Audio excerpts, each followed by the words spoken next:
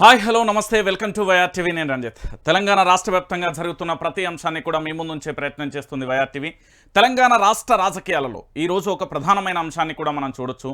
ఈ తెలంగాణ రాష్ట్ర వ్యాప్తంగా విద్యార్థులకు సంబంధించిన గోస, విద్యార్థులకు సంబంధించిన బాధలు, విద్యార్థులకు సంబంధించిన వేదలు, వద్దుబాబోయ్ చదువు అనే పరిస్థితులను రేవంత్ సర్కార్ తీసుకువచ్చింది అని చెప్పడంలో ఎలాంటి డౌటు లేదు. ఎందుకు నేను ఈ విషయాన్ని చెప్తున్నానంటే నిన్నటి రోజున జరిగిన యథార్థమైన సంఘటన చూస్తే అందరూ కూడా బాధపడాల్సిన క్షణం. నిజంగా తెలంగాణ రాష్ట్ర వ్యాప్తంగా ఓ పక్కన మంత్రుల పర్యటన, ఇంకో పక్కన దాడులు, ఇంకో పక్కన పూర్తి స్థాయిలో ఎమ్మెల్యేల పర్యటన, అధికారుల పర్యటన, ఎక్కడికక్కడ కూడా విస్తుపోయే నిజాలన్నీ కూడా బయటపడుతున్న తరుణం అయితే కనబడుతుంది. అసలు ఈ తెలంగాణ రాష్ట్ర వ్యాప్తంగా జరుగుతున్న అన్ని పరిణామాలను కనుక చూసుకుంటే ఈ తెలంగాణలో ఏం జరుగుతుంది అనే దానికంటే తెలంగాణ రాష్ట్ర వ్యాప్తంగా కూడా ఇంత దారుణమైన పరిస్థితులు చోటు చేసుకుంటాయా, ఇదొక చీకటి రోజుగా కూడా మనం అభివర్ణించవచ్చు అంటూ కూడా చాలామంది అయితే చెప్తున్న పరిస్థితి అయితే కనబడుతుంది. సో మొత్తానికి తెలంగాణ రాష్ట్ర వ్యాప్తంగా ఏం జరుగుతుంది, తెలంగాణ రాష్ట్ర రాజకీయాలలో జరుగుతే ఈ పరిణామాలకు సంబంధించి మనం చర్చించుకునే ప్రయత్నం అయితే చేద్దాం. నిజానికి నిన్నటి రోజున తెలంగాణ రాష్ట్ర వ్యాప్తంగా కూడా అన్ని చోట్ల కూడా ఒకటే అంశం తెర మీదకి వచ్చింది. ఆ అంశానికి సంబంధించి కూడా ఒకసారి మీ అందరికీ చూపించే ప్రయత్నం అయితే చేస్తాం. ఎందుకంటే ఓ పక్కన పూర్తి స్థాయిలో అధికారులకు సంబంధించి కావచ్చు, ఇంకో పక్కన మరొకరు కావచ్చు, పూర్తిగా కూడా వాళ్ళ పర్యటనలు కొనసాగుతూనే ఉన్నాం. విద్యార్థులకు సంబంధించిన బాధలు వెదలు ఇంకా పెరుగుతూ వెళ్తున్న పరిస్థితి కనబడింది. విద్యార్థులే ఈ విధంగా ఉంటే పరిస్థితి అంటే విద్యార్థులకు అక్కడ లైవ్లో వెళ్ళిన మంత్రులకే అలాంటి పరిణామాలు చోటు చేసుకుంటే వాస్తవాలు ఏంటి అనేది కూడా ఒకసారి మనం చూడాల్సిన పరిస్థితి అయితే ఏర్పడుతుంది. దానికంటే ముందు ఒకసారి ఈరోజు పేపర్లో వచ్చిన ఆ హెడ్లైన్కి సంబంధించిన అంశాన్ని చదువుదాం. ఆ తర్వాత పూర్తి అంశాన్ని కూడా మీకు చెప్పే ప్రయత్నం అయితే చేస్తాం. రైట్, ఒకసారి మీరందరూ కూడా చూడొచ్చు తెలంగాణ రాష్ట్ర వ్యాప్తంగా జరుగుతున్న ప్రతి అంశానికి సంబంధించి కూడా. ఇగో ఇక్కడ చూడుర్రి, ఈ అంశం ఒక్కసారి చూడుర్రి మీరు. ఇది పెద్దాపూర్ గురుకులంలో మృతి చెందిన విద్యార్థి అనిరుద్ కుటుంబాన్ని పరామర్శిస్తున్న డిప్యూటీ సీఎం బట్టి విక్రమార్క గారు. ఇక్కడ ఆది శ్రీనివాసరెడ్డి గారు ఎమ్మెల్యే, దాంతోపాటు మంత్రులు వచ్చారు. ఏం చేసిళ్ళు వీళ్ళు? పరామర్శించారు. ఎవరు పరామర్శించాలి? అసలు ఎవరు న్యాయం చేయాలి? ఈ హత్య ఎవరు చేయించింది, ఎవరు చేసింది? రాష్ట్ర ప్రభుత్వాన్ని కాదా? రాష్ట్ర ప్రభుత్వం చేయలేదా? రాష్ట్ర ప్రభుత్వం బాధ్యత లేదా? విద్యాశాఖ మంత్రి రాజీనామా చేయాల్సిన అవసరం లేదా? అదే రాష్ట్ర ముఖ్యమంత్రి యనుమల రేవంత్ రెడ్డి రాజీనామా చేయాల్సిన పరిస్థితి కాదా? ఈరోజు ఇక్కడ జరుగుతున్న పరిణామం ఏంటి? అధికార పార్టీయే హత్య చేయించి అధికార పార్టీయే పూర్తి స్థాయిలో కూడా వీళ్ళే పరామర్శక. ఇది ఎంత దారుణమైన పరిస్థితి అండి తెలంగాణలో. తెలంగాణ ప్రజలారా ఒకసారి మీరందరూ కూడా ఆలోచించాలి. ఇది చాలా రోత గోస. నేను చెప్తున్నా కదా, తెలంగాణ నేటి బాలలే రేపటి భావి భారత పౌరులు అంటూ ఉపన్యాసాలు ఉదరగొట్టుడు కాదు. తెలంగాణలో విద్యా వ్యవస్థకు సంబంధించి విద్యార్థులకు సంబంధించి ఈ 8 నెలల కాలంలో వీళ్ళు అధికారంలోకి వచ్చినప్పటి నుంచి ఎంతమంది విద్యార్థుల ప్రాణాలను పొట్టన పెట్టుకున్నది కాంగ్రెస్. ఎస్, వాస్తవం ఇది. మీకు చూపెడతా చూడుర్రి. గురుకులాల్లో మృత్యుఘోషపై బీఆర్ఎస్ పోరాటం ప్రారంభించగానే ప్రభుత్వంలో కదలిక మొదలైంది. పార్టీ వర్కింగ్ ప్రెసిడెంట్ కేటీఆర్ సహా నేతలు ప్రభుత్వ లోపాలను ఎక్కడికక్కడే ఎత్తి చూపారు. సోమవారం పెద్దాపూర్లో మృతి చెందిన విద్యార్థి కుటుంబాన్ని పరామర్శించిన కేటీఆర్ సర్కార్ స్పందన రాహిత్యంపై చురకలు అంటించారు. పసిమొగ్గలు రాలుతున్నా స్పందించరా అని ప్రశ్నించారు.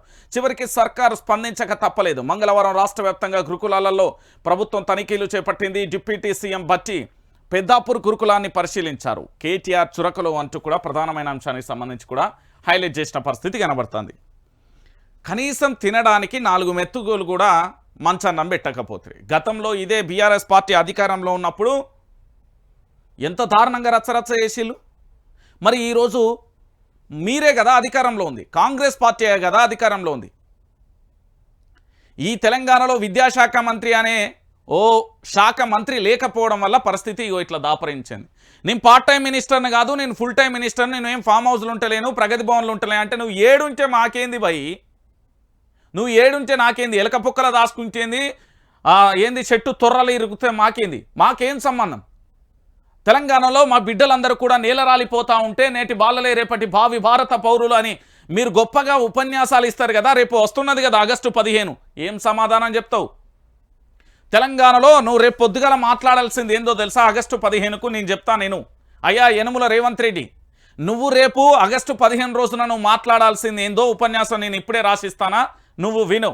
లేదా ఆ ఉపన్యాసానికి సంబంధించి మీ పక్కనుండే పిఆర్ఓలో, నీ సలహాదారులో, సన్నాసులో, దద్దమ్మలో ఇంకెవడన్నా ఉంటే వానికి చెప్పుకో.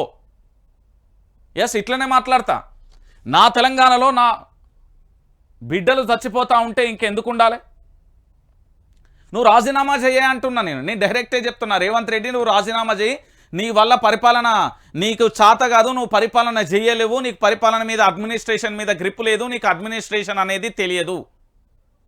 అర్థమైందా? నువ్వు రేపు పొద్దుగాల ఆగస్టు 15 రోజున నువ్వు మాట్లాడాల్సిన స్పీచ్ ఏందో తెలుసా?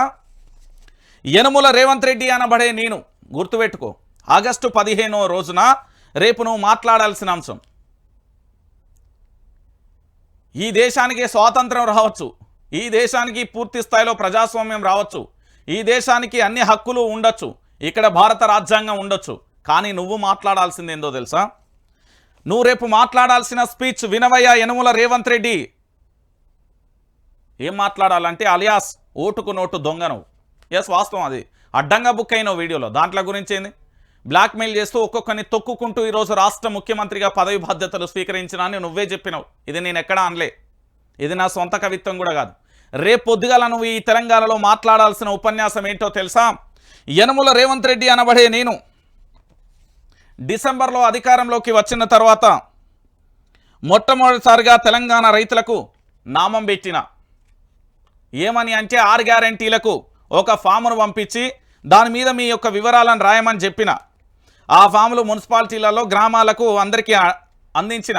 కానీ అవన్నీ రోడ్ల మీద పడిపోవడం వల్ల నా తప్పు జరిగింది. రెండోది నువ్వేం మాట్లాడాలో తెలుసా? నేను అధికారంలోకి వచ్చిన తర్వాత నాడు విపక్షంలో ఉన్నప్పుడు నీతులు చెప్పినా, ఇప్పుడు అన్ని అబద్ధాలే మాట్లాడుతున్నా. మూడోది ఏందో తెలుసా? తెలంగాణ రాష్ట్ర వ్యాప్తంగా అధికారంలోకి రాగానే జర్నలిస్టులపై దాడులు చేయించిన, కేసులు పెట్టించిన, రకరకాలుగా తొక్కిపడేసే ప్రయత్నం చేసిన. ఇక నాలుగోది ఏందో తెలుసా? తెలంగాణ రాష్ట్ర వ్యాప్తంగా కూడా పోలీసులకు అధికారాలు కాకుండా అనధికారికంగా కూడా కొన్ని అధికారాలను ఇచ్చి ఎక్కడికక్కడ 3rd డిగ్రీలు చేపించిన, అందులో కొంతమంది ప్రాణాలు తీపిచ్చిన. ఇంకోటి ఏం మాట్లాడాలో తెలుసా? నువ్వు తెలంగాణ రాష్ట్ర వ్యాప్తంగా కూడా ఇది చూసుకుంటూ మాట్లాడుకో. ఇక్కడ ఏం లేదు, ఏదో అనుకునేవు కానీ నువ్వు రాసుకో. ఇక్కడ నువ్వు రాసుకొని మాట్లాడు. నువ్వు ఇట్లా పేపర్ పట్టుకుంటావు కాబట్టి చెప్పిన. ఎందుకంటే కళ్ళద్దాలు కూడా స్పెడ్స్ ఉన్నాయా లేవా? రైట్, కళ్ళద్దాలు కూడా పెట్టుకొని ఇట్లా చెప్తావు కదా ఇట్లా, అందుకే నీకు చెప్తున్నా. దాని తర్వాత ఇంకేం మాట్లాడాలి తెలుసా? ఈ తెలంగాణ రాష్ట్ర వ్యాప్తంగా కూడా ఏంది అంటే పూర్తి స్థాయిలో ఎక్కడికక్కడ విద్యార్థులకు సంబంధించి కనీసం భోజనం పెట్టలేకపోయినా దానివల్ల అనేక మంది విద్యార్థుల ప్రాణాలు తీసిన, పాములతోని కాట్లేపించిన, ఎలకలతోని గొరిపించిన, విద్యాశాఖ మంత్రిని ఉదరగొచ్చిన, కానీ నా వల్ల గాలే. ఇంకోటి ఏంటంటే బీఆర్ఎస్ పార్టీలో ఉన్న వాళ్ళందరినీ గొర్రెలను కొన్నట్టు కొన్నా. ఇది రాజ్యాంగ ఉల్లంఘన అయినప్పటికీ కూడా ఇక చేయాల్సి వచ్చింది. ఇంకోటి ఏంటి అంటే నేను తెలంగాణ రాష్ట్ర అభివృద్ధి కంటే నా సొంత లాభమే ఎక్కువ చూసుకున్నా. నాడు కుటుంబ పాలన అని చెప్పినా కానీ వాళ్లకు మించి కుటుంబ పాలన చేస్తున్నా. దాంతోపాటు తెలంగాణ ప్రాంత బిడ్డలందరూ గొర్రెలని తేలిపోయింది. ఎందుకంటే కళ్యాణ లక్ష్మితో పాటు తులం బంగారం ఇస్తా అన్న, ఎవరు అడగలే. దాంతోపాటు రైతు బంధు గురించి ఎవరు అడుగుతలేరు. రైతు రుణమాఫీ గురించి ఆగమాగం చేసిన, రైతు భరోసా ఇత్తనే లేను. కాబట్టి వాళ్ళందరూ తేటతెల్లం అయిపోయింది. ఇక విద్యార్థుల విషయానికి వస్తే వాళ్ళకేంది విద్యా కార్డు అనేది ఒకటి ఇవ్వబోతున్నా, దానికి సంబంధించి ఎవరు అడుగుతలేరు. కాబట్టి అన్ని అబద్ధాల హామీలు ఇచ్చిన. ఇక ఇంకో విషయం ఏంటంటే తెలంగాణ ప్రాంత బిడ్డలారా, ఇట్లనే చెప్పాలి, నువ్వు బరాబర్ ఇట్లనే చెప్పాలి. రేపు నీ ఉపన్యాసం ఇదే ఉండాలి. ఇంకొకటి ఏంటంటే తెలంగాణ రాష్ట్ర వ్యాప్తంగా కూడా అప్పులు, ఒక రోజుకు 210 కోట్ల రూపాయల అప్పులు, దాదాపుగా నెలకు 6000 పైచీలకు కోట్ల రూపాయల అప్పులు చేస్తున్నా. ఇది నా యొక్క ప్రభుత్వం పరిపాలన. ఇక మొన్నటిదాకా పెట్టుబడులు అని పోయినా, పెట్టుబడులలో వాస్తవం కేవలం 5000 కోట్లు మాత్రమే, 31,000 కోట్లు కాదు. కానీ మీ అందరికీ మభ్యపెట్టే ప్రయత్నం చేసిన. ఇక మూసీ పేరుతోని కొత్త నాటకం మొదలుపెట్టిన. టాపిక్ డైవర్షన్లో నన్ను మించిన దిట్టలేరు. ఎందుకంటే ఎక్కడ చూసినా కూడా టాపిక్ డైవర్షన్ చేస్తా. అసెంబ్లీ జరుగుతున్నప్పుడు సుంకిశాల విషయం తెర మీదకి తేలే. దాంతోపాటు 3rd డిగ్రీ విషయంలో, దళిత బిడ్డకు సంబంధించిన 3rd డిగ్రీ విషయంలో బయటికి తేలే. ఇది నా యొక్క గొప్పతనం. ఇంకొకటి ఏంటంటే అసెంబ్లీకి సంబంధించి ప్రజా సమస్యల మీద పోరాటం చేసి ప్రజా సమస్యల పరిష్కారం కోసం చేస్తాం. కానీ ఇక్కడ సబితా ఇంద్రారెడ్డి పేరు తీసుకొచ్చి టాపిక్ డైవర్షన్ చేసిన. ఎందుకంటే ద్రవ్య వినిమయ బిల్లు ఆ లొట్టపీస్ ఏందో నాకు తెలియదు కాబట్టి. ఇది నువ్వు ఉపన్యాసం రేపు ఉండాల్సింది. నేను అమెరికా వేయొచ్చినా అంత అయిపోయింది. ఇక ఇప్పుడు నేను చేసేది ఏంటంటే భారతీయ జనతా పార్టీ గురువు గారు చంద్రబాబు అంటే పెద్దన్న నరేంద్ర మోడీ గారు మా యొక్క గురువు గారు చంద్రబాబు గారి ఆధ్వర్యంలో తెలంగాణకు కలిసిమెలిసి ఇక్కడ తెలుగుదేశం పార్టీని మళ్ళీ విస్తరించేందుకు నానా ప్రయత్నాలు చేస్తాం. ఇది నువ్వు రేపు పొద్దుగాల ఆగస్టు 15వ తారీఖు రోజున నువ్వు మాట్లాడాల్సిన అసలు సిసలైన ఉపన్యాసం ఇగో ఇట్లనే ఉండాలి. తర్కీసిల్లో ఏమాత్రం కొంచెం తేడా వచ్చినానుకో ఇక నువ్వు ఉండద్దు, నువ్వు రాజీనామా చేసి వెళ్ళిపో అంటనే. ఎందుకంటే ఈరోజు తెలంగాణ ప్రాంత బిడ్డలకు నువ్వు చేసింది ఏమీ లేదు. నీకు బాండ్ పేపర్లో రాసి ఏమన్నా రాసిస్తా నేను చెప్తున్నా కదా. ఈరోజు వీళ్ళు చేయించిర్రండి, మళ్ళీ సిగ్గు లేకుండా వీళ్ళని ఎట్లా పరామర్శిస్తారండి నాకు అర్థం కాదు. ఇది ప్రభుత్వ హత్య ఎందుకు కాదు, ఎవడు వాడు కాదనేటోడు తీసుకురా గల్ల పట్టుకున్న ఎడమ కాలు చెప్పు తీసుకొని కొడతాన్ని. విద్యార్థుల ఆత్మహత్యలు ఎట్లా జరిగినాయి, విద్యార్థులు ఎట్లా చనిపోయారు, విద్యార్థులకు పాము కాట్లు ఎట్లొచ్చినాయి, విద్యార్థులకు సంబంధించి అనారోగ్యానికి అయితే ట్యాబ్లెట్లు ఇవ్వమంటే ఏమన్నారు. ఇదే కొడంగల్ నియోజకవర్గంలో ఒకటే అరటిపండు 2 ముక్కలు చేసి 2 విద్యార్థులకు ఇస్తారా? ట్యాబ్లెట్లు అడిగితే డబ్బులు అడుగుతారా? కనీసం అనారోగ్యంతో ఉంటే తండ్రులకు చెప్పరా? ఆఖరికి చిన్నారి చనిపోతా ఉంటే నాన్న నన్ను బ్రతికించు నాన్న అంటే ఆ తండ్రి యొక్క ప్రాణాలు ఎంత అవిసిపోయి ఉండాలి. కల్లార నా బిడ్డ నేనే చంపుకున్నాని జీవితాంతం ఆ తండ్రి ఏడవలన ఒక్కసారి ఆలోచించుర్రి. తెలంగాణ ప్రాంత బిడ్డలారా, ఈ సన్నాసులు ఈ దద్దమ్ములే హత్య చేసి, ఈ కాంగ్రెస్ ప్రభుత్వం హత్య చేసి చంపినోడే ఊళ్ళల్లో దండ చేయడానికి అత్త రౌడీ సీటలు మూకలు మనుమాసాలు ఉంటే వాడే దండెత్తారు అన్నట్టు లేదు. ఇది ఇంత నీచమా, ఇంత ఘోరమా? ఏమయ్యా ఇదాయా నే ప్రభుత్వం? ఓ విపక్షంలో ఉన్నప్పుడు ఇట్లా జబ్బలు ఎగరేసుకుంటా పిచ్చి కుక్క గరిచినోడు ఎగిరినట్టు ఎగిరినావు, మరి ఏమైంది ఇవాళ?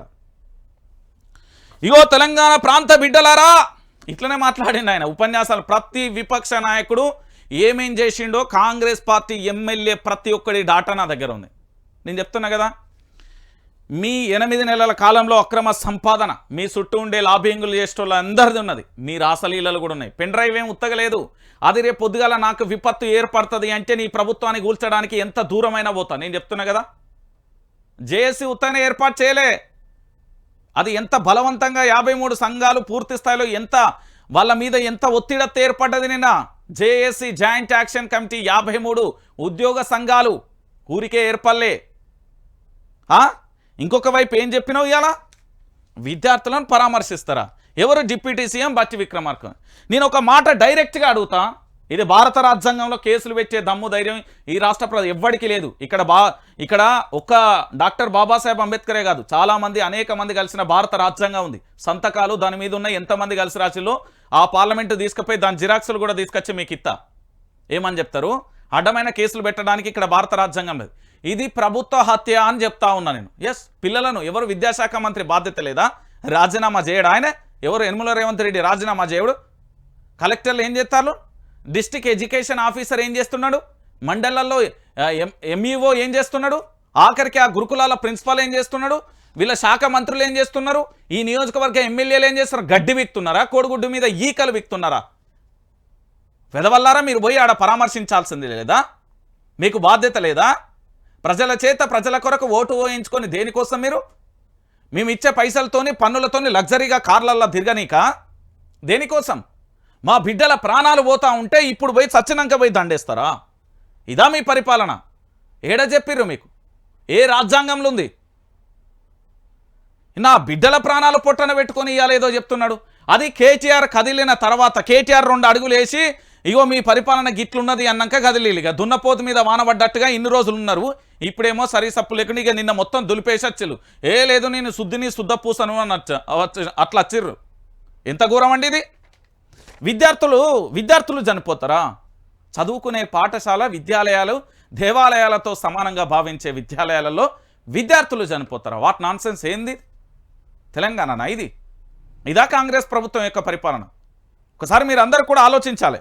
దీనికి సంబంధించిన వీడియోలు కూడా నా దగ్గర ఉన్నాయి, నేను చూపెడతా. ఎంత ఘోరం అంటే తెలంగాణ ప్రాంత బిడ్డలారా, ఇంకా ఎన్ని రోజులు ఇది? నాకు అర్థం కాని విషయం ఏంటంటే ఇంకా ఎన్ని రోజులు అంటున్నా. తెలంగాణ ప్రాంత బిడ్డలందరూ కూడా దయచేసి ఆలోచించాల్సిన విషయం ఏంటి అంటే ఇంకా ఎన్ని రోజులు గురుకులాలకు సంబంధించి ఇక ఒక్కొక్క గురుకులంలో ఒక్కొక్క రకంగా కూడా ఎంతమంది తెలుసా ఈ తెలంగాణలో? మిస్టర్ రేవంత్ రెడ్డి, తెలంగాణకు సంబంధించిన ఎడ్యుకేషన్ మినిస్టర్ నీ దగ్గరనే ఉన్నది, నీ కిందనే పెట్టుకున్నావు, నీ శాఖలనే పెట్టుకున్నావు. 3 శాఖలలో 4 శాఖలు పెట్టుకున్నావు కదా. ఈ తెలంగాణలో నీ 8 నెలల ప్రభుత్వ పరిపాలనలో ఎంతమంది చచ్చిపోయారో తెలుసా పిల్లలు? 36 మంది బిడ్డల ప్రాణాలను తీసినావు. కాంగ్రెస్ ప్రభుత్వం వస్తే ఏమవుతుంది? మార్పు అంటే ఏంటిదో తెలుసా? గత ప్రభుత్వం కేసీఆర్ గారేమో పొద్దుగాల మార్నింగ్ టిఫిన్ పెడతా అంటే ఇప్పుడు కనీసం బువ్వ దిక్కు దినవాన లేకుండా పురుగులన్నం ఆగమాగం పెట్టుకుంటూ 36 మంది పిల్లలకు బలి తీసుకున్నది. ఈరోజు రేవంత్ సర్కార్ దాదాపుగా 36 మంది విద్యార్థుల మరణానికి 500 మంది విద్యార్థుల కలుషితాహారం తిని ఆసుపత్రుల పాలయ్యా. ఇది రేవంత్ రెడ్డి గారి పరిపాలన. ఇక దీనికి సంబంధించి చెప్పంటే ఇలా నిన్న మళ్ళీ ఇంకొకటి ఏంటంటే మన జగిత్యాల సంబంధించి ధర్మపురి నియోజకవర్గం గొల్లపల్లి మండల కేంద్రంలోని మహాత్మా జ్యోతిరావు పూలేలో బాలికల హాస్టళ్లలో 5 విద్యార్థులకు తీవ్ర అస్వస్థ ఏర్పడింది. అది అంతటితోనేనా? దాంతో పాటుగా ఇంకొక అంశం కూడా చెప్తా. ఇక్కడ ఒక చోట 2 చోట్ల కాదు, ఒక్క చోట జరుగుతేనేమో నేను వదిలేద్దును, కానీ రోజు ఇదే కథ. ప్రభుత్వ పాఠశాలకు సంబంధించి నిన్న సంగారెడ్డి జిల్లా బీబీపేటలోని ఉన్నత పాఠశాలలో మధ్యాహ్నం భోజనంలో గుడ్లు తిన్న వల్ల కోడిగుడ్డు తినడం వల్ల అస్వస్థకు గురైలు 24 మంది విద్యార్థులకు సంబంధించి నారాయణఖేడ్ ఆసుపత్రికి తరలించిర్రు. అక్కడ బెడ్లు సరిపోకపోవడంతో ఒకే బెడ్ మీద 3 విద్యార్థులను పడుకోబెట్టి చికిత్స అందించిల్లు. ఇది ఇంతనేనా? ఇక ఇంకొకడ మీరు చూడాలి, 1-2 చోట్లనో కాదు చెప్తాను వినూరు. తెలంగాణ ప్రాంత బిడ్డలారా, ఈ యొక్క ప్రభుత్వం ఎంత ఘోరం అంటే, ఎంత దారుణం అంటే, 1 చోట 2 చోట కాదు, ఎక్కడ చూసినా కూడా ఇదే పరిస్థితి. ఇంత దారుణమా, ఇంత ఘోరమా? ఇక మరో చోట ఏంది అంటే విద్యార్థులకు సంబంధించి మధ్యాహ్న భోజనం వికటించి అక్కడ 10 మంది పైచిలకు కూడా విద్యార్థులు అస్వస్థకు గురైపోయిన పరిస్థితి కనబడుతుంది. ఇక ఇంతకంటే దారుణం, ఇంతకంటే ఘోరం ఇంకేముంటుంది తెలంగాణ ప్రాంత బిడ్డలారా? గురుకుల పాఠశాలలో పూనకం వచ్చి పడిపోయిన మహిళ. జగిత్యాల జిల్లా పెద్దాపూర్ గురుకుల పాఠశాలలో పూనకం వచ్చింది. ఏంది అంటే పూర్తి స్థాయిలో కూడా విద్యార్థుల కష్టాలు చూసి దేవుడే వచ్చింది ఏకంగా. నిన్న ధర్మపురికి సంబంధించి మళ్ళీ జరిగిందా? మళ్ళీ ఇంకొక కాడ నిన్న గురుకులాలలో ఏసీబీ తనిఖీలు జరిగినాయి. రాష్ట్ర వ్యాప్తంగా 10 ప్రభుత్వ హాస్టళ్లలో త్రాగునీరు సరిగా లేదట, పరిశుభ్రత లేదట, లైట్లు లేవట, బాత్రూంలు చక్కగా లేవట. హాస్టళ్లలో అందుబాటులో ఉండాల్సిన వార్డెన్లు వారానికోసారి నెలకోసారి వస్తున్నారట ఈ సన్నాసులు దత్తమ్మలు. తెలంగాణలో 40 లక్షల మంది నిరుద్యోగులు ఉన్నారు. వాళ్ళకు ఉద్యోగాలు ఇస్తే బ్రహ్మాండంగా పనిచేయరు, సేవ చేయరు. ఇది నేను కాదు, అధికారికంగా వాళ్ళు పంపించిన ప్రెస్ నోట్ అండి. నేను పంపించలే, ఇది వాళ్ళు చెప్పిన అంశమే. నేను చెప్తున్నా కదా తెలంగాణ ప్రాంత బిడ్డలారా, ఒక్కచోట కాదు అసలు. నిన్న ఖానాపూర్ జేకే నగర్కు సంబంధించి అక్కడ హాస్టళ్లను ఎవరు అక్కడ ఎమ్మెల్యే పోయి పరామర్శించిండట. ఇక చూడుర్రి మీరు, 1 చోట 2 చోట్ల కాదు, ఇక అదే పరిస్థితి. ఇక చూపెడతా పట్టు. ఇక ఈ పరిస్థితి ఇట్లున్నదా? ఇది ఇంతటితో అయిపోలే. గడిచిన ఈరోజు దిగివచ్చిన రాష్ట్ర ప్రభుత్వం గురుకులాలలో తనిఖీలు. ఏసీబీ, ఫుడ్ సేఫ్టీ, తూనీకల శాఖ సిబ్బందితోని బృందాలు పెద్దాపూర్ గురుకులాన్ని పరిశీలించిన డిప్యూటీ సీఎం. మృతుల కుటుంబాలకు ప్రభుత్వ ఉద్యోగం ఇస్తాం బట్టి. సర్కారు మొద్దు నిద్ర వీడినందుకు సంతోషం కేటీఆర్. కాంగ్రెస్ పాలనలో దిగజారుతున్న గురుకులాలు. అరే నాయన, ఈ ఏసీపీ అధికారులు కానీ, ఫుడ్ సేఫ్టీ అధికారులు కానీ, ఈ తూనీకల శాఖకు సంబంధించి ఇన్ని రోజులు మీరు అంత ఏడున్నారు? అధికారం వస్తుందంటే ఇక రన్నింగ్ చేసుకుంటూ వస్తాలట, మామూలు కూడా కాదు. నిన్న ఇన్ని రోజులు ఏడున్నారు మీరంతా? ఇది కాంగ్రెస్ ప్రభుత్వానికి అధికారుల నిర్లక్ష్యం. ఇది అధికారులు ఏంది అంటే మామూలు వసూళ్లలో అదే వాళ్ళ కొడుకో బిడ్డనో ఉంటే అప్పుడు ఏర్పాడు. వాళ్ళ కొడుకో బిడ్డనో అక్కడ అదే స్కూల్లో చదివితే అప్పుడు ఏర్పాడు. అందుకే నేను చెప్పిన కదా, 4 రోజులు ఉదరగొట్టే ఊసంగాలు ఉపన్యాసాలు, 2 రోజుల పబ్లిసిటీ వద్దు. ఆ జిల్లాకు సంబంధించిన కలెక్టర్, ఆ జిల్లాకు సంబంధించిన ఎస్పీ కానుండి మొదలు పెడితే ఆ గ్రామంలో ఉండే ప్రభుత్వానికి సంబంధించిన శాఖలో పనిచేసే ఎవరు పూర్తి స్థాయిలో పారిశుద్ధ్య కార్మికుడి వరకు అందరికి వాళ్ళ యొక్క కుటుంబ సభ్యుల యొక్క బిడ్డలకు సంబంధించి ఎవరెవరైతే ఉంటారో వాళ్ళ కొడుకులు బిడ్డలు అందరినీ తీసుకుపోయి ప్రభుత్వం దాంట్లో స్కూళ్ళలో చదివితే అప్పుడు రోగం తిరుగుతుంది. మళ్ళీ ఇంకొకటి ఇలా ఎమ్మెల్యే కొడుకు ఉండాలి, ఎంపీ కొడుకు ఉండాలి, ఎమ్మెల్సీ వాళ్ళు ఉండాలి, అందరూ ఉంటేనే అది బాగుపడుతుంది. మీరు ప్రభుత్వానికి సంబంధించిన విద్యా వ్యవస్థ, ప్రభుత్వ వైద్యశాలలు ఇవన్నీ బాగుపడతాయంటే కళ్ళల్లోనే. ఇక నేను చెప్తున్నా కదా, ఇది వాస్తవమైన విషయం. ఇక కొన్ని ఎవిడెన్సెస్ కలెక్ట్ చేసినాం, ఒక్కసారి ఇవన్నీ చూపెడతా చూడుర్రి. నిన్న జరిగిన అన్నమో రామచంద్ర పరిస్థితి ఇది. 1 కాదు 2 కాదు, ఒక్కొక్కటి మీకు చెప్పుకుంటూ వస్తా, ఒక్కసారి మీరు అంతా చూడాలి. నిన్న మన సార్ వెళ్ళి ఏం చెప్పిండంటే, 5 లక్షలు ఇస్తాం, ఒక ఉద్యోగం ఇస్తాం. చనిపోయిన గురుకుల విద్యార్థి కుటుంబంతో డిప్యూటీ సీఎం బట్టి విక్రమార్క. సరే, ఇక పోయినోడు పోయిండు, తిరిగి రాడు అనే కోణంలో ఇస్తున్నారు. నేనేమంటానంటే బట్టి విక్రమార్క గారికి నేను కూడా ఒకటి చెప్తా ఉన్నా. బట్టి విక్రమార్క గారికి నేనేమంటున్నా అంటే మీకు కూడా నేను నెల నెల పింఛన్ ఇస్తా. నెలకు ఎంత 30,000 40,000 కావాలంటే నేను ఇస్తా. మీరు రాజీనామా చేసి ఇంట్లో కూర్చోరి, ఆ పదవి నాకు అప్పచెప్పారు. అది ఎట్లా చేయాలనో తెలుసు. ఎందుకంటే మీకు ఎట్లా అడ్మినిస్ట్రేషన్ తెలుస్తలేదు, పరిపాలన ఎట్లా చేయాలనో తెలుస్తలేదు, ఏం చేయాలనో మీకు అర్థమైతలేదు. మీరు ఏం చేస్తున్నారు అంటే గడ పలానా కాడ ఓ సంఘటన, ఆ సంఘటన ఎందుకు జరుగుతుంది? ఫస్ట్ అధికారి అనే ఒక వ్యక్తి మొద్దు నిద్ర లేవాలి. కొంతమంది నీతి నిజాయితీగా పనిచేసే వాళ్ళు ఉన్నారు, వాళ్ళని నేను సెకండరీ వ్యవస్థ వాళ్ళని పెద్దగా పట్టించుకోవాల్సిన అవసరం లేదు. ఎందుకంటే వాళ్ళు సమాజం కోసం పనిచేసే వ్యక్తులు, వీళ్ళ వ్యక్తిగత అవసరాల కోసం. ఏంది అంటే వీళ్ళ ఎమ్మెల్యేలు, వీళ్ళ ఎమ్మెల్సీలు, ఎంపీలు కరెక్ట్ ఉంటే వీళ్ళు ఉండదు అసలు.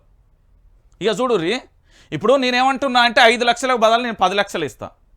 ఒక ప్రభుత్వ ఉద్యోగం మొత్తం జీవితకాలంలో ఎంత సంపాదిస్తారో నేను ఆ ఇద్దరు వ్యక్తులకు సంపాదన ప్లస్ 5 లక్షలు 10 లక్షలు కల్పిస్తా. ఈ చనిపోయిన పిల్లగానే నాకు తీసుకురావాలి. నేనేమంటానంటే వాళ్ళు చెప్పిన భాషలనే చెప్తా. ఇప్పుడు బట్టి విక్రమార్కన్న ఏమన్నాడు అంటే 5 లక్షలు ఇస్తా అని అన్నాడు. ఈ 5 లక్షలకు నేనేం చేస్తున్నా అంటే 10 లక్షలు ఇస్తా బట్టి విక్రమార్కన్నకు. దాంతోపాటు ఒక ప్రభుత్వ ఉద్యోగికి సంబంధించి నెలకు 30,000 సంపాదించినా, లేకపోతే అదొక 30 సంవత్సరాలు లేకపోతే ఇంకెన్ని సంవత్సరాలు వాళ్ళు సంపాదిస్తారు. మీకు ఉదాహరణకే చెప్తున్నా. నేనేమంటున్నా అంటే ఇప్పుడు ఒక ప్రభుత్వ ఉద్యోగమే వచ్చింది అనుకుందాం. సరే, క్యాజువల్గా నేను 50,000 ఇస్తా. 50,000 ఇంటూ ఒక 30 ఏళ్ళు పనిచేస్తారు అనుకుంటా సర్వీస్లో. ఉంటే ఎంత లేదన్నా 15 లక్షలు అవుతాయి. 15 లక్షలు సంపాదిస్తారు, అంతే కదా. సరే, నేనేమంటున్నా అంటే 30 లక్షలు ఇస్తా. 30 లక్షలు ఇస్తా, ఇక్కడ 10 లక్షలు ఇస్తా. ఈ ప్రభుత్వ ఉద్యోగంతో పాటు 30 లక్షలు ప్లస్ 10 లక్షలు 40 లక్షలు నేను అప్పచెప్తా. ఆ చనిపోయిన విద్యార్థిని తిరిగి తీసుకురాగలుగుతాడా మా బచ్చన్న? ప్రాణం పోతా అదే రాదు కదా. నువ్వు తనిఖీలు చేసినంత మాత్రాన ఒక్కరోజు మమ్మ అనిపిస్తే ఎట్లనే? అదే స్కూల్లో, అదే గురుకుల పాఠశాలల్లో మన కొడుకో, మన బిడ్డనో, లేకపోతే మన చెల్లెనో, మన అక్కనో, మన తమ్ముడో ఉంటే ఆ బాధ ఏందో తెలుస్తుంది. ఇక్కడ చనిపోయిన విద్యార్థి ప్లేస్లో మన కుటుంబ సభ్యుడు, మన ఇంట్లో వ్యక్తి ఉంటే ఆ బాధ ఏందో అర్థమవుతుంది అంటున్నా. నేను ఎందుకు ఈ విషయాన్ని చెప్తున్నా అంటే తెలంగాణ ప్రాంత బిడ్డలారా, నేను మళ్ళీ చెప్తా ఉన్నా, తెలంగాణ ప్రాంత బిడ్డలందరూ కూడా దయచేసి ఆలోచించాల్సిన విషయం ఇది. తెలంగాణ రాష్ట్ర వ్యాప్తంగా వాస్తవ కోణాలన్నింటినీ కూడా నేను బయట పెట్టే ప్రయత్నం చేస్తాను కాబట్టి చెప్తున్నా. ఇగో మళ్ళీ ఇట్లా కాకుండా చూసుకుంటాం. పెద్దాపూర్ గురుకుల హాస్టల్స్ మళ్ళీ ఇట్లా కాకుండా ఏం చూసుకుంటాం అన్నా? నిన్న మీ ఎవరు ఆయన పేరేం పేరు పొన్నం ప్రభాకర్ వాళ్ళు పోయేచటాలకు మళ్ళీ జరిగింది కదా. తెలంగాణ ప్రాంత బిడ్డలందరూ ఆలోచించాల్సిన విషయం ఏంటి అంటే నిన్న వాళ్ళందరూ పోగానే మళ్ళీ జరిగింది కదా సంఘటన. అంటే తెలంగాణ రాష్ట్ర వ్యాప్తంగా ఏం జరుగుతున్నది? విద్యార్థుల పేరెంట్స్కు ఓదార్పు, పిల్లలను తలుచుకొని తల్లిదండ్రుల కన్నీళ్లు పెడుతున్నా అని చెప్తున్నారు కదా. అక్కడ వాళ్ళు కన్నీళ్ళు ఎందుకు పెడుతున్నారు? పిల్లలను తలుచుకొని తల్లిదండ్రులు కన్నీళ్ళు కాదు.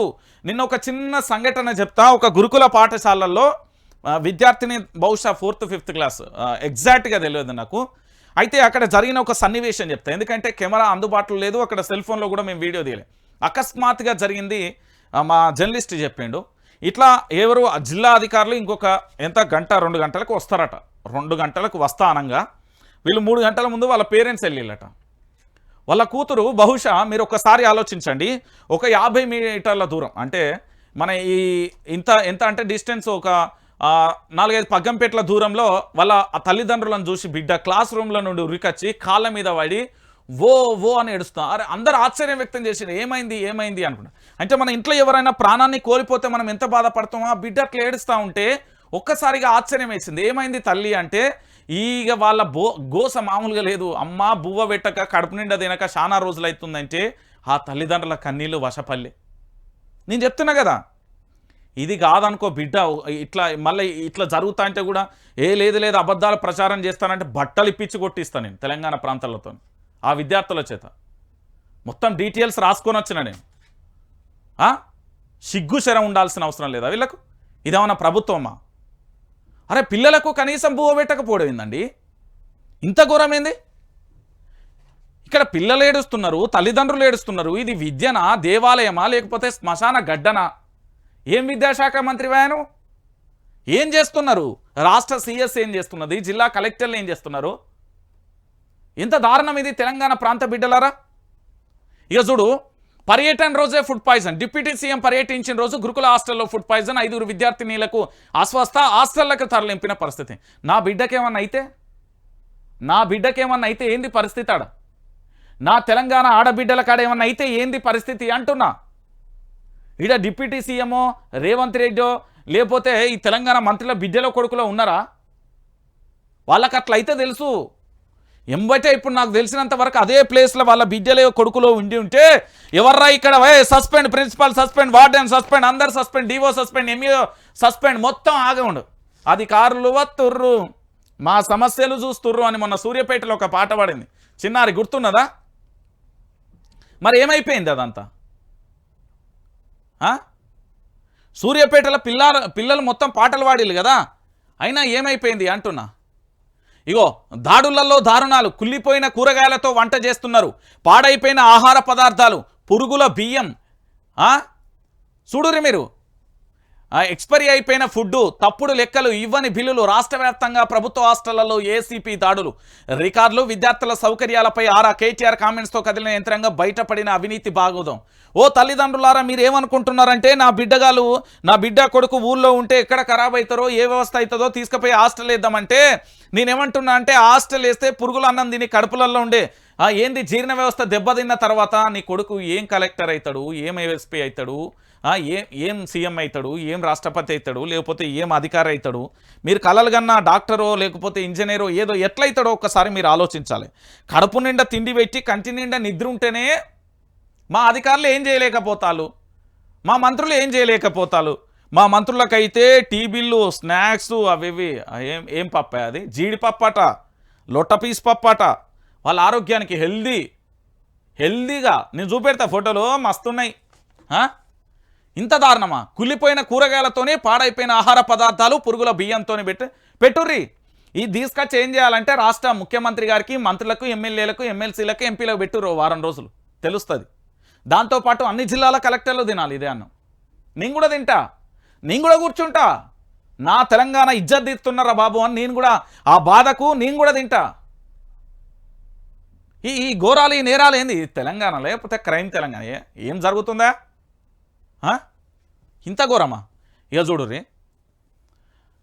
ఆమాత్య ఇదేనా సంస్కారం? పెద్దాపూర్ గురుకుల హాస్టల్లో పాముకాడుతో చనిపోయిన పిల్లల తల్లిదండ్రులతో సర్కార్ వివరించిన తీరిది.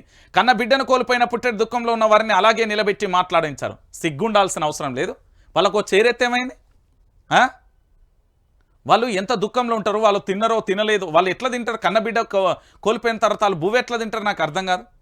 డిప్యూటీ సీఎం బట్టి విక్రమార్క, మంత్రి పొన్నం ప్రభాకర్, ఎమ్మెల్సీ జీవన్ రెడ్డి తదితరులు కుర్చీలో కూర్చొని ఉండగా పిల్లల తల్లిదండ్రులు మాత్రం భారమైన హృదయాలతో మంత్రులు అడిగిన వాటికి సమాధానం ఇస్తూ నిల్చున్నారు. ప్రస్తుతం ఈ ఫోటో నెట్టింటి వైరల్ అవుతున్న బాధితులు వివరించిన విధానం ఇదేనానే ఘాటైన ప్రశ్నలు సంధిస్తున్నారు నెటిజన్లు. వాస్తవం ఎందుకు సాటించు? కన్న బిడ్డ కోల్పోయిళ్ళు తల్లిదండ్రులు నిలబెట్టిలాడ కుర్చీ ఎత్తే ఏమవుతుంది? ఇక్కడ కుర్చీలు ఉన్నాయి కదా, 4 కుర్చీలు ఎత్తే ఏమవుతుంది? మీరు పావు గంట నిల్చుంటే ఏమవుతుంది? డిప్యూటీ సీఎంకి ఏమైనా కాళ్ళు గుంజుతాయా? లేకపోతే మంత్రి పొన్నంకి ఏమైనా కాళ్ళు ఈడ్చుకొస్తాయా? లేకపోతే జీవన్ రెడ్డికి ఏమైనా చక్కెర వస్తుంది? ఏమవుతుంది? 4 నిమిషాలు వీళ్ళు నిల్చుంటే ఏమొస్తుంది? ఏమవుతుంది మీకు? మీరు తిరగనీకి వెహికల్ ఇస్తాను, మీరు మంచిగా ఏసీలు ఉండనీకి ఏసీ వేపిస్తాను, మీకు బువ్వ పెడతాను, మీ నివాస ఖర్చులు ఇస్తాను, మీకు అలవెన్సులు ఇస్తాను. ఏం తక్కువ చేసినామే మీకు మంత్రులు, ఎమ్మెల్యేలు? అరే భాయ్, మేము ఇచ్చేదిరా నాయన, మీరు మా జీతగాళ్ళు అంట రాసిస్తా నేను బాండ్ పేపర్లా. మీరు మా జీతగాళ్ళు, తెలంగాణ ప్రాంత 4 కోట్ల మందికి మీరు జీతగాలి. పదవిలో ఉన్న ప్రతి ఓడు మాకు జీతగాడు. ఏంది? బిడ్డని ఫోటోను పట్టుకున్న తల్లిదండ్రులు భారమైన హృదయంతో వాళ్ళు ఎంత పుట్టెడు దుఃఖంలో ఉంటే 2 కుర్చీలు వేసి మాట్లాడితే మీ సొమ్మేమన్నా పోయిందా? పోనీ మీరే కుర్చీలు తీసేసి కింద ఊకొని మాట్లాడి చెప్పారు. ఇది కాంగ్రెస్ పరిపాలన. ఇక చూడు, హాస్టల్లో దారుణ పరిస్థితులు అద్దం పట్టే చిత్రం. ప్రభుత్వ హాస్టళ్లలో దారుణ పరిస్థితులకు అద్దం పట్టే చిత్రం ఇది. ఒక పక్క ఏసీపీ అధికారుల తనిఖీలు, మరో పక్క మంత్రుల పర్యటనతో ఒక్కసారిగా అందరి దృష్టి హాస్టళ్లపై పడింది. శుభ్రత లేని వాతావరణం, మంచినీరు సరిగ్గా లేకపోవడం, క్వాలిటీ లేని ఫుడ్ అంశాలు వెలుగులోకి వచ్చాయి. వార్డెన్ అరాచకాలపై కూడా ఒక నివేదిక సిద్ధమవుతుంది. ఇక్కడున్న ఫోటోస్ వసతి గృహాలలో విద్యార్థులు ఎదుర్కొంటున్న సమస్యలకు నిదర్శనమని పలువురు భావిస్తున్నారు, వ్యాఖ్యానిస్తున్నారు. ప్రభుత్వం తక్షణ మౌలిక సదుపాయాల కల్పనపై దృష్టి పెట్టాలని పలువురు డిమాండ్ చేస్తున్నారు. వార్డెన్లు ఒక్కరోజన్నా వీళ్ళతో పడుకున్నారో అడుగుర్రి, ఒక్కరోజన్నా వీళ్ళకి 24 గంటలు అందుబాటులో ఉన్నారో అడుగుర్రి. తెలంగాణ రాష్ట్ర వ్యాప్తంగా వాస్తవ కోణం. ఇక ఇది రియాలిటీ అండి. వీళ్ళ పేపర్లో ఎట్లా రాసిల్లో చూడుర్రి. విద్యార్థులతో కలిసి భోజనం చేస్తాం, ప్రతి నెల ఒకరోజు రెసిడెన్షియల్ పాఠశాలను సందర్శిస్తాం, ప్రభుత్వ హాస్టల్లో ఏసీబీ తనిఖీలు, మంత్రులు కలెక్టర్లతో పాటు ఎమ్మెల్సీలు సైతం, కలెక్టర్లు జిల్లా వైద్య అధికారులు, 2 బిడ్డలు చనిపోవడం బాధాకరమైన విషయం, మృతుల కుటుంబాలలో ఒక్కొక్కరికి ప్రభుత్వ ఉద్యోగం, 5 లక్షల ఆర్థిక సాయం, బాధిత కుటుంబాలకు డిప్యూటీ సీఎం భరోసా, పెద్దాపూర్ గురుకుల పాఠశాల పరిశీలన. ఇగో ఇది వీళ్ళ యొక్క భజన పేపర్. గిట్లా రాసుకొస్తారా? ఒక్కరోజు మీరు పోయిన రోజు భూ ఎట్లా బాగానే ఉంటుంది. ఇప్పుడు నా ఇంటికి గెస్ట్ వస్తాను, సరే నా ఇంటికి నువ్వే వస్తాను, నేను మంచి బువ్వ పెట్టనా? అతిథి దేవో భవ అన్నాం మేము, అతిథి దేవో భవ అంటాం. నువ్వు వచ్చిన రోజు ఖచ్చితంగా పెడతారు. ఈ పేపర్లో కనీసం ఇంత అన్యాయం జరిగిందని రాయలేకపోయి. ఇదే తెలంగాణ ప్రభుత్వం అధికారంలో ఉన్నప్పుడు ఈ పేపరు ఎట్లా రాసింది అంటే, ఓ కొడుక, అది మాటలలో చెప్పలేం మనం. ఎట్లా అంటే ఎవరన్నా చనిపోతే ఆ పుట్టెడు దుఃఖం ఉంటుంది చూడ, అంత బాధ ఉన్నది. మరి ఎందుకున్నదో నాకు అర్థమైతలేదు. జర్నలిజం అమ్ముడుపోయిన జర్నలిజం ఇది. నీతి నిజాయితీ నికార్సైన జర్నలిజం లేదు. ప్రజల పక్షాన ప్రజల సమస్య కోసం పోరాడాల్సిన జర్నలిజం ఇక్కడ కనబడతలేదు నాకు. ఏంది అది ఆ దువ్వాడ ఫ్యామిలీ, అదేమన్నా అక్కడికొచ్చే న్యూస్ అయినా? ఆయన పేరేం పేరు? జ్యోతిష్యుడు. ఏం పేరు ఆయన పేరు? ఈ జ్యోతిష్యుడు ఆయన ఏమన్నా అక్కడికొచ్చే పనేనా అది? అదేమన్నా సమస్యనేనా? అవేమన్నా అక్కడికొచ్చేటియేనా అంటున్నా. ఆ జ్యోతిష్యాలు, ఆ పక్కన ఆయన పేరేం పేరు, ఆయన దువ్వాడ, అదేదో వాళ్ళది ఇంటి గొడవ, అది అవసరమా? ఏదో తెలంగాణలో సమస్యలే లేనట్టు మైకి పోయి, అవునా మీరు ఒక పాట పాడి తానే తందానే తానే అని యాంకర్ అడిగితే ఏమో పాట పాడుతుంది. ఇక జ్యోతిష్యుడేమో వీళ్ళ జాతకాలు ఇట్లున్నాయి, వీళ్ళ జాతకాలు ఉన్నాయి, వీళ్ళ జాతకాలు. అరే ఎవరి జాతకం ఏడబోతే నీకెందుకురా? నీ దగ్గరికి వచ్చిల్లా? నీ దగ్గర ఏమైనా టోకెన్ తీసుకున్నారా? నిన్ను చెప్పన్నారు. ఏంది ఇదంతా? ఇక మా న్యూస్, బాంబు పేల్చిన జ్యోతిష్యుడు. 2 ఇగో మా వాళ్ళు ఎట్లా మళ్ళీ వార్తలు, అది బాంబు పేల్చిన ఇది జ్యోతిష్యుడు త్వరలో విడాకులట. వీళ్ళ హెడ్లైన్స్ ఇవన్నీ. అసలు ఏం జరుగుతున్నది? విడాకులు నిజమేనా? మరొకసారి వాళ్ళ జీవితం చీకటి కాబోతుందా? ఇందులో జరగబోయే అనార్థాలేంటి? ఇక ఆడవాళ్ళది ప్రేమలో విహరించిన, లేకపోతే ఇక కలిసి విడిపోలేక ఉండి కలిసి ఉంటాం, మమ్మల్ని విడదీయకండి, మాది ఘాటైన ప్రేమలు.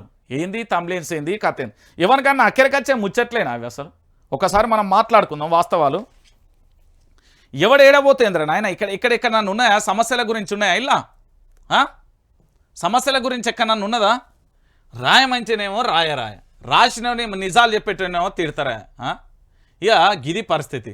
ఇక దాంతోపాటుగా మరొక అంశం, ఇక ప్రధానంగా ఇప్పటివరకు విద్యార్థులకు సంబంధించిన సమస్యలు చూసినాం. ఇక చూడు, తెలంగాణపై చంద్రబాబు పెత్తనం, రాష్ట్రంలో పవర్ సెంటర్గా చంద్రబాబు, చర్చకు దారితీసిన సిబిఎన్తో అసెంబ్లీలో స్పీకర్ భేటీ, నగరానికి ఏపీ సీఎం ఎప్పుడు వచ్చినా గతంలో ఎన్నడూ లేనంత హడావిడి, చంద్రబాబును కలవడానికి అధికార పార్టీ నేతల క్యూ, ఉమ్మడి రాష్ట్రానికి సీఎంలుగా చంద్రబాబు వివరిస్తున్నారా? టీడీపీని బలోపేతం చేసే వ్యూహంలో భాగమేనా? కాంగ్రెస్లో అసలు ఏం జరుగుతుంది? నేను చెప్తా ఏం జరుగుతున్నది అంటే, తెలంగాణ రాష్ట్ర వ్యాప్తంగా మళ్ళీ 2 కళ్ళ సిద్ధాంతం అన్న నారా చంద్రబాబు నాయుడు గారు తెలంగాణలో అధికారంలో అడుగు పెడతారండి. వీళ్ళు అడుగుపెట్టిన ప్రతిసారి రాచరికపు మర్యాదలతోని ఆహ్వానం పలుకుతున్న పరిస్థితి కనబడుతుంది. ఇక్కడ ఏంటి అంటే, తెలంగాణ ప్రాంత బిడ్డలు తెలుసుకోవాల్సింది ఏంటంటే, నారా చంద్రబాబు నాయుడు గారు అనఫీషియల్గా తెలంగాణకు ముఖ్యమంత్రిగా ఉన్నాడు అనేది ఒక చర్చ జరుగుతున్నది. గురువు గారు, వీళ్ళ యొక్క శిష్యుడు గారు ఇక్కడ ముఖ్యమంత్రి కాబట్టి గురువు గారికి ఏది కావాలన్నా అది చేస్తున్నారు.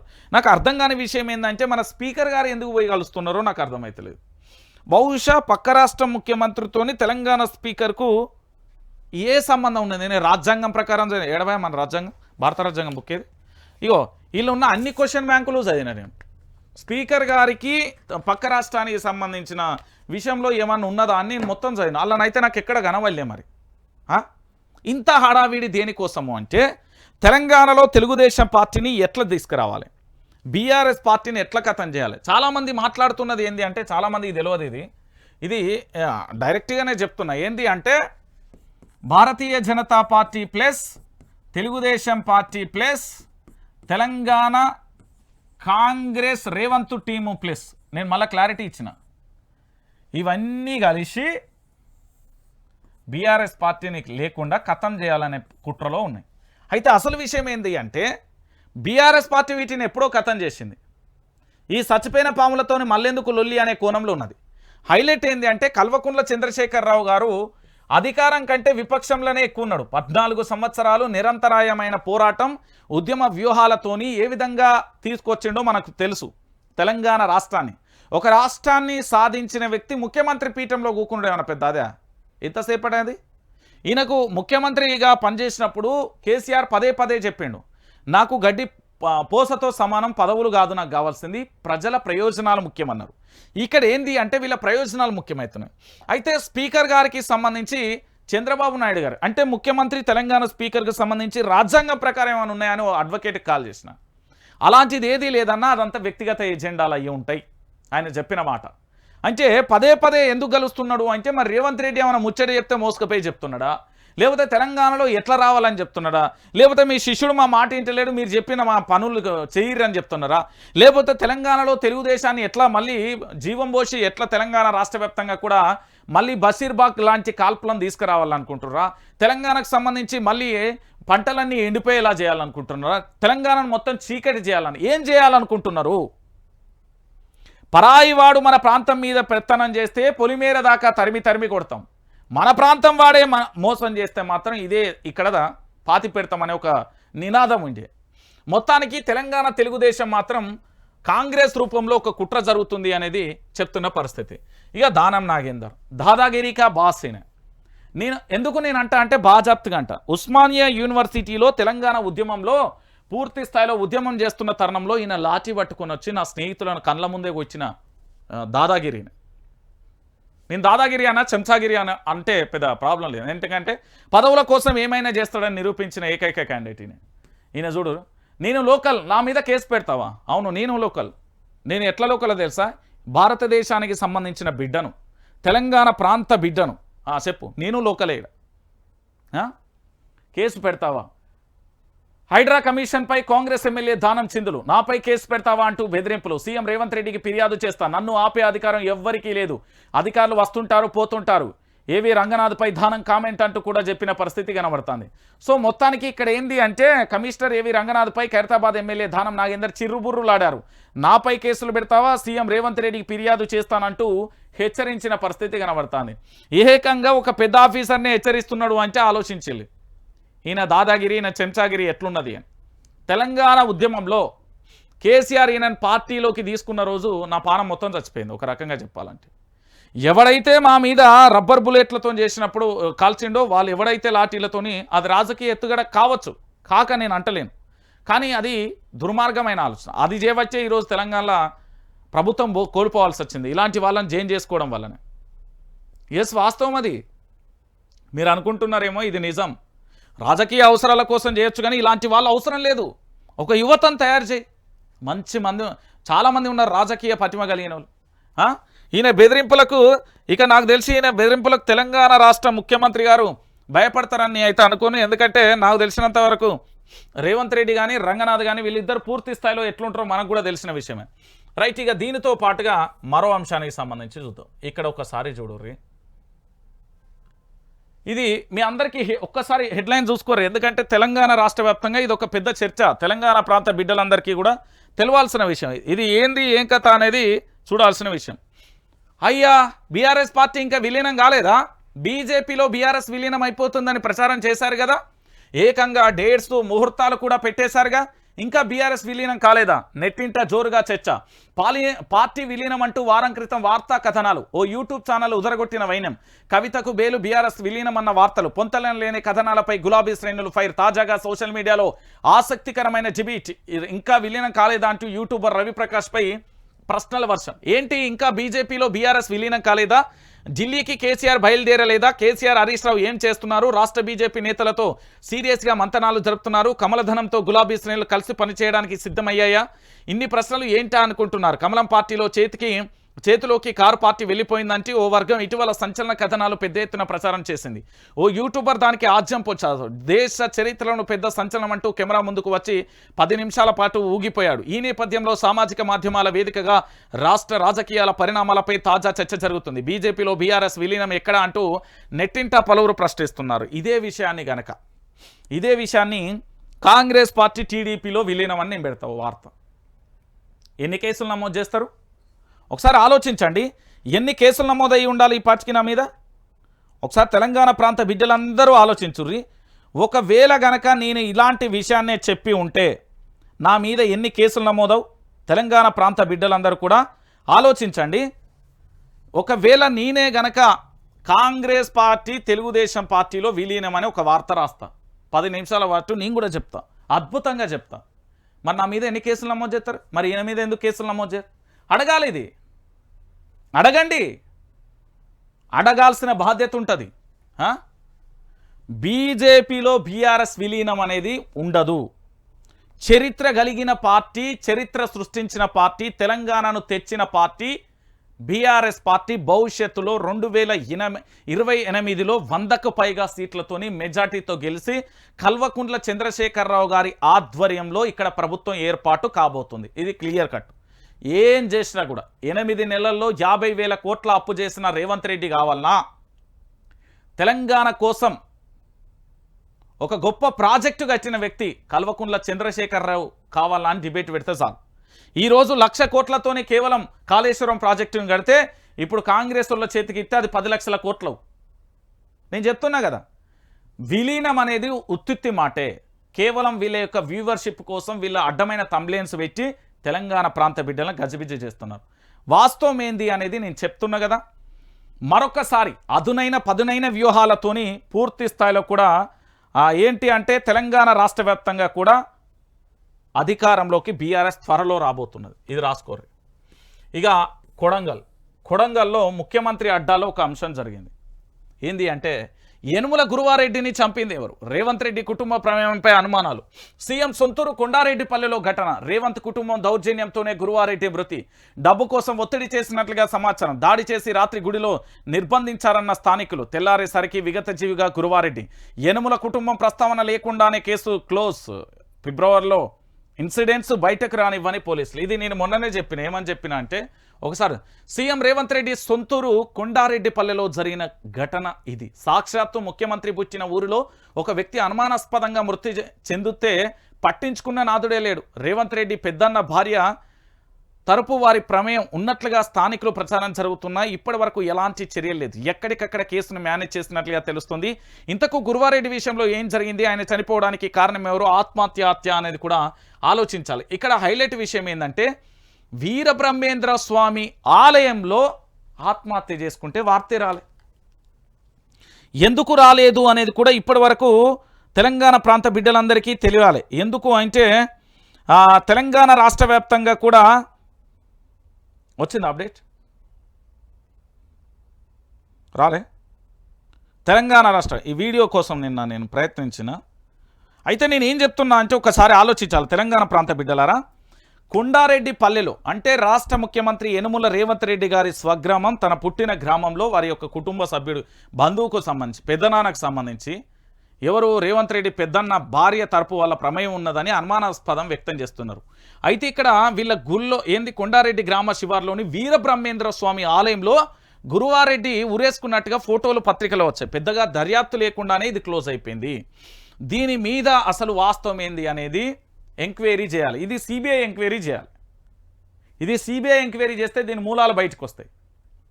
దీన్ని సిబిఐ ఎంక్వైరీ చేస్తే ఇందులో మూలాలు బయటకు వస్తాయి. నేను తెలంగాణ ప్రాంత బిడ్డలందరికీ చెప్తా ఉన్నా. ఇప్పుడు ముఖ్యమంత్రికి ఒక న్యాయం, మనకొక న్యాయం అయితే ఉండద్దు కదా. వాస్తవం ఏందైనా వాస్తవమే కదా. ఇప్పుడు ఎవరి మీద ఎఫ్ఐఆర్ నమోదు చేయకుండా, ఎలాంటి కేసు లేకుండా, అది మళ్ళీ మా హిందూ సంఘాలన్నీ ఎక్కడున్నాయో పాపం, మా హిందువులు, హిందూ బాంధవులు, మా కుటుంబ సభ్యులు అందరూ వీరబ్రహ్మేంద్ర స్వామి ఆలయంలో ఉరి వేసుకుంటే అది ఏంది పూర్తి స్థాయిలో దాని గురించి ఎందుకు రాద్ధాంతం చేయలేకపోయారు? ముఖ్యమంత్రికి సంబంధించిన బంధువులు వాళ్ళకు ఊళ్ళో అసలు ఏం జరిగింది ఆరాధీసే ప్రయత్నం చేయాలి. దీని మీద చాలా లోతుగా కూడా డెప్త్గా కూడా చేయాల్సిన పరిస్థితి కనబడుతుంది. ఇక దానితో పాటుగా మరో అంశాన్ని కూడా చూద్దాం. ఏంది అంటే తెలంగాణ ప్రాంత బిడ్డలందరికీ కూడా తెలిసిన విషయమే. ఏడవది ఇట్లానా? ఓకే, ఇది ఒక్కసారి చూడు. పెట్టుబడి కట్టుకథ. ఊరు పేరు లేని కంపెనీలతో రేవంత్ టీం ఒప్పందాలు. స్వచ్ఛ బయో, వాల్స్ కర్ర ప్రకటనలతో దుమారం. ఇదివరకే వచ్చిన సంస్థలతో విస్తరణ పేరిట మళ్ళీ కూడా డీల్స్. సీఎం 10 రోజుల అమెరికా పర్యటనలో జరిగేదే. 31,500 కోట్ల పెట్టుబడులు అంటూ సర్కార్ ప్రచారం. వాస్తవాలను దాచి ప్రచారం చేసుకోవడంపై విమర్శలు. బీఆర్ఎస్ సర్కార్ గతంలో ఒప్పందాలతో నెట్టింటే వైరల్. 1000 కోట్ల పెట్టుబడి ఆఫీస్ ఇది. ఒకసారి చూడుర్రి, ఇది ఈ ఇల్లు మంచిగా చూడుర్రి. ఎవరికైనా ఇబ్బంది అనిపిస్తే కళ్ళద్దాలు పెట్టుకొని చూడుర్రి. నేను చెప్తున్నా అన్న, ఎవరైనా పర్లేదు. ముఖ్యంగా నేను ఎవరి ప్రజలను అంటలే, మంత్రులను, కాంగ్రెస్ పార్టీ మంత్రులను, ఎమ్మెల్యేలు అంటారు. కళ్ళద్దాలు పెట్టుకొని చూడు. ఇది ఇల్లు చూసిర్రా, ఇది ఇల్లు, ఇది కంపెనీ, 1000 కోట్ల కంపెనీ, ఇదే అడ్రస్సు. ఇక చూడరు, 1000 కోట్ల పెట్టుబడి ఆఫీస్ ఇది. తెలంగాణలో 1000 కోట్ల పెట్టుబడులు పెట్టనున్న బయో స్వచ్ఛ గ్రీన్ హైదరాబాద్ కార్యాలయం. ఇగో ఇది 1000 కోట్ల పెట్టుబడి పెట్టే ఆఫీస్ ఇది. కనబడతలేదు అన్న? ఇక చూడన్న, 1000 కోట్ల పెట్టుబడి పెట్టే ఆఫీస్ ఇది. 1000 కోట్ల రూపాయలు పెట్టింది స్వచ్ఛ బయో కంపెనీకి సంబంధించి. మొన్న అమెరికాలో ఒప్పందాలైన హెడ్ ఆఫీస్ హైదరాబాద్లో ఇగో ఇది 1000 కోట్ల పెట్టుబడి పెట్టిన ఆఫీస్ అటు ఇది. ఇక ఆలోచించుర్రు. ఇక 19 కంపెనీలు రాష్ట్ర ప్రభుత్వం కలిసి పనిచేసేందుకు అవగాహన ఒప్పందాలు అంటే ఎంఓయూలు కుదుర్చుకున్నాయని 30,750 ఉద్యోగాలు లభించనున్నట్లు తెలిపింది. అసలు వాస్తవం ఏంది? 5,000 పైచిలకు. అది జెన్యూన్గా ఒప్పందాలు. ఇదంతా ఫేక్. ఇక చూడ్రి, మీకు ఇంతకంటే క్లారిటీ ఇంకా కనబడుతుంది కదా. ఉద్యోగ జేఏసీ రులక్. ఉద్యోగుల అల్టిమేటంతో ప్రభుత్వంలో వణుకు. భవిష్యత్తు కార్యాచరణపై అధికార వర్గాల ఆరా. సంఘ నేతలపై ఇంటెలిజెన్స్ వర్గాల నిఘా. సర్కారు తీరుపై రగులుతున్న ఎంప్లాయీస్. మరో పోరాటానికి సిద్ధం కానున్న సంఘాలు. నేను మొన్ననే చెప్పిన, ఇది ఎట్లుంటుంది అంటే తెలంగాణలో మరో ఉద్యమానికి నాంది. ఇది మొదటి మెట్టుగా నేను పరిగణించబడుతుంది. ఎందుకు అంటే కాంగ్రెస్ ప్రభుత్వం పడిపోవడానికి ఇది ఒక దారుణమైన మెట్టు. ఇది ఏంది అంటే, మీరు అయ్యప్ప స్వామి దగ్గరికి వెళ్ళినప్పుడు మెట్లు ఉంటాయి కదా, ఆ మెట్లు ఎక్కి మనం ఎంత ఆ దేవుడు అక్కడికి వెళ్ళి కూర్చున్నాడు అనేది ఆ చరిత్రలో ఎట్లుంటుందో, ఈ తెలంగాణలో మళ్ళీ దేవుడు లాంటి ఒక అద్భుతమైన పరిపాలన కేసీఆర్ రూపంలో రాబోతున్నది. ప్రొఫెసర్ జయశంకర్ గారు చెప్పినట్టు వచ్చిన తెలంగాణలో మరో ఉద్యమం అవసరము అంటే ఇగో నాంది వలిపీలు. ఉద్యోగ జేఏసీ నాంది వలికింది. ఇక్కడ వీళ్ళ మీద ఘోరం. వీళ్ళు నిన్న అల్టిమేట్ ఉద్యోగ సంఘాలు ఎవరెవరు ఏర్పాటు చేసిళ్ళు, వాళ్ళ చరిత్ర ఏంది ఆరాధీయమని ముఖ్యమంత్రి గారు చెప్పిరట. చెప్పి వాళ్ళ మీద ఇంటెలిజెన్స్ నిఘా, ఆ నిఘా, ఈ నిఘా, వన్ను మశానం అన్ని నిఘాలు పెట్టేసిరట. ఇక తెలంగాణ ప్రాంత బిడ్డలందరూ కూడా తెలుసుకోరు. ఇక రుణమాఫీలో రైతులకు ద్రోహం జరిగింది. 2 లక్షల వరకు మాఫీ చేస్తానన్న సీఎం రేవంత్ ఇంతవరకు పూర్తి చేయలేదు. ఎంపీ బలరాం నాయక్ వ్యాఖ్యలు అంటూ కూడా చెప్పాల్సిన పరిస్థితి ఏర్పడింది. మొత్తానికి కాంగ్రెస్ సముద్రం. అది ఏమైనా ఇట్లా నీతి నిజాయితీ ఇట్లా మాట్లాడాలి. Very good. బలరాం నాయక్ గారిని అప్రిషియేట్ చేయాలి. ఎందుకంటే అద్భుతం మాట్లాడింది ఆయన. రుణమాఫీలో రైతులకు ద్రోహం జరిగింది. 2 లక్షల వరకు మాఫీ చేస్తానన్న సీఎం రేవంత్ ఇంతవరకు రుణమాఫీ పూర్తి చేయలేదు. అధ్యక్ష పదవి ఇయ్యలేదు కనుక ఇది ఇట్లా స్వరం మారింది అన్నట్టు. మీకు అర్థం కాదు అసలు విషయం అదన్నా. ఉచితాలకు పైసలుంటాయి, పరిహారానికి లేవా? ఇలాగే ఉంటే ఉచిత పథకాలు రద్దు చేస్తాం. భూ పరిహారానికి సంబంధించిన కేసులో మహారాష్ట్ర సర్కార్పై సుప్రీంకోర్టు సీరియస్ అంటూ కూడా చెప్పిన పరిస్థితి కనబడుతుంది. అవును, ఉచితాలను తీసేస్తే 50,000 కోట్ల అప్పు అసలు ఏం చేసిండో రేవంత్ రెడ్డి నాకు అర్థమవుతుంది. 50,000 కోట్ల రూపాయలన్నా, 1 రూపాయి కాదు, 2 రూపాయలు కాదు. ఏపీ నెత్తిన సర్కారు పాలు. తెలంగాణ డైరీని మూసేసే కుట్ర. ఆంధ్ర డైరీలకు పెంచి పోషిస్తున్నారా? విజయపాడి రైతులకు కోట్ల బకాయిలు. 4 నెలలుగా డబ్బులు చెల్లించని సంస్థ 15 రోజులలో చెల్లించకుంటే ఆందోళన చేస్తాం. మాజీ మంత్రి శ్రీనివాస్ గౌడ్ హెచ్చరిక అంటూ కూడా చెప్పిన పరిస్థితి కనబడుతుంది. ఏపీ నెత్తిన సర్కారు పాలు వస్తున్నాయి. మన తెలంగాణ డైరీ ఇక మూస్తారు. అది కమ్మోళ్లను, దాని తర్వాత వాళ్ళని చంద్రబాబు ఆ దోస్తులను, పాత తెలుగుదేశం వాళ్ళను ప్రోత్సహిస్తారు. అమెరికాలో జరిగిందే కదా. ఇక్కడ విచిత్రం ఏమున్నదన్న, రేపు ఎట్లా జరుగుతుంది? ఇగో రేపటిలోగా రుణమాఫీ చేయాలి. ఆగస్టు 15లోగా పూర్తి చేస్తానన్న ముఖ్యమంత్రి ఎక్కడ? 31,000 కోట్లకు మీరు మాఫీ చేసింది 18,000 కోట్లైనా. రుణమాఫీ చేయకుంటే కాంగ్రెస్ వాళ్ళు పల్లెలలో తిరగలేరు. రవాణా శాఖ అవినీతిపై పొన్నం శ్వేతపత్రం ఇస్తారా? బీఆర్ఎస్ నేతలు పెద్ది సుదర్శన్ రెడ్డి, ఎర్రోళ్ల శ్రీనివాస్ ధ్వజం అంటూ కూడా చెప్పిన పరిస్థితి. అవును రేవంత్ రెడ్డి గారు, రేపు మీరు రుణమాఫీ చేయకపోతే ముఖ్యమంత్రి ఇట్లా రాసి, లేకపోతే ఇగో ఇట్లా మీ యొక్క ఏంది అంటే మీ యొక్క ఉద్యోగం ఇట్లా జినిగిపోతుంది. నేను చెప్తున్నా కదా, అది ప్రజలు చింపుతారు రేపు. నేను చెప్తున్నా కదా, ఆగస్టు 15 లోపు నువ్వు రుణమాఫీ చేస్తా అన్నావు, చెయ్యి, లేకపోతే రాజీనామా చెయ్యి. ఇది డైరెక్ట్గా నేనే చెప్తున్నా, ఒక జర్నలిస్ట్గా చెప్తున్నా. దాంట్లో ఏమన్నా రైతుల మోసం చెప్తే నేను ఎందుకు ఊరుకుంటా? ఇందిరాసాగర్ చెరువుకు ఉరి, అసైన్డ్ భూములలో వెంచర్ వ్యవహారంలో కొత్త కోణం. 512 ఎకరాల ఆయకట్టు ఉన్న ఇందిరాసాగర్కు ముప్పు అంటూ కూడా చూడొచ్చు. గుట్టలను తొలిచి రాళ్ళు, మట్టి బఫర్ జోన్లను పారబోత, కుచించుకుపోతున్న 18 ఎకరాలపై విస్తరించనున్న కాలువ, భవిష్యత్తులో దిగువనున్న అనాజ్పూర్ చెరువుకు తీవ్ర నష్టం, హైడ్రా పరిధిలోని ఓ నీటి వనరుకు ప్రమాద గట్టికలు అంటూ కూడా చెప్పిన పరిస్థితి. ఇగో కాంగ్రెస్ అత్త ఏమవుతుంది అంటే ఇట్లా దోపుళ్ళు జరుగుతాయి. ఇక దీంట్లో ఎక్కడన్నా రాశిలా అంటే లేని పరిస్థితి కనబడుతుంది. ఏసీపీ వలలో అడిషనల్ కలెక్టర్, ధరణి నిషేధిత జాబితాలో రైతు భూమి తొలగించేందుకు 10 లక్షల డిమాండ్. 8 లక్షలు తీసుకుంటూ పట్టుబడ్డ భూపాల్ రెడ్డి, ఆఫీస్లో రాత్రంతా ఏసీపీ సోదాలు, విచారణ, సీనియర్ అసిస్టెంట్ కూడా అరెస్ట్ అంటూ కూడా చెప్పిన పరిస్థితి. ఇది ఇలాంటి దొంగ అధికారులు ఉన్నంత వరకు ఏం మారుతుందండి ప్రభుత్వ పరిపాలన? ఏం మారుతుంది? అధికారులు నీతిగా ఉంటే ఈ దేశం చాలా అద్భుతంగా ఉంటుంది. ధరణి పోర్టల్లో దందాకు చెక్కు, త్వరలో కాంట్రాక్ట్ అవుట్సోర్స్ ఉద్యోగులు అవుట్ అంటూ కూడా మరో అంశం. తెలంగాణకు 122 మంది ఉద్యోగులు రిలీవ్ చేసిన ఏపీ ప్రభుత్వం అంటూ కూడా చూడొచ్చు. నీళ్లు చల్లుకోవడం తప్పేనా అంటూ కూడా మరో అంశం. ఏంది ఇంకేం రాశారు? ఇలా గురుకులాలను సెట్ చేస్తామని రాశారు, కానీ గురుకులాలలో సంబంధించిన అంశాన్ని మాత్రం తెర మీద తీసుకురాలి. వీళ్ళ బిడ్డలకు సంబంధించి, కొడుకులకు సంబంధించి, ఇక్కడ ఈ గురుకులాలకు సంబంధించి జరిగితే మాత్రం పట్టించుకోలేదు. కానీ వీళ్ళు సెట్ చేస్తామంటూ ఉదరగొట్టే ఉపన్యాసాలు అయితే జరుగుతున్న పరిస్థితి కనబడ్డది. అంటే తెలంగాణ ప్రాంత బిడ్డలారా ఒక్కసారి ఆలోచించుర్రీడా, ఇది ఎంత దారుణమైన విషయమే అంటే